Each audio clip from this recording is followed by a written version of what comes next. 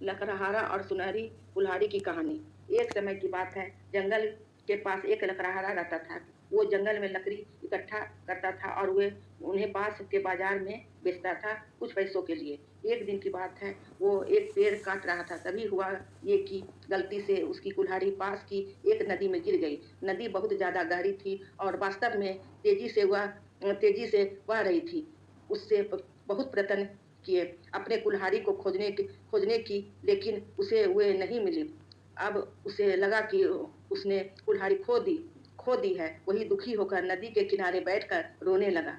उसके रोने के आवाज सुनकर नदी के भगवान उठे और उस कुल्हाड़ी लकड़हारे से पूछा, क्या हुआ? लकड़हारे ने उन्हें अपनी दुखद कहानी बताई। नदी के भगवान को उस लकड़हारे के ऊपर दया आ गई। वो उसकी मेहनत और सच्चाई देखकर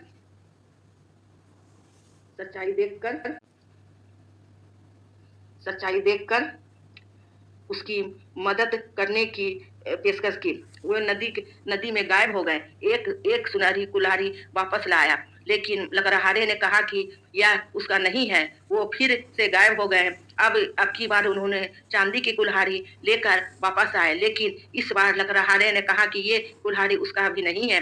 अब नदी के भगवान पानी से फिर से गायब हो गए और अब की बार एक एक लोहे की कुल्हाड़ी के साथ वापस आ गए। लकड़हारे का कुल्हाड़ी देखकर लकड़हारा मुस्कुराया और कहा कि यह उसकी कुल्हाड़ी है। नदी के भगवान ने लकड़हारे की ईमानदारी से प्रभावित होकर उसे सोने और चांदी की दोनों कुल्हाड़ी से भेंट किया।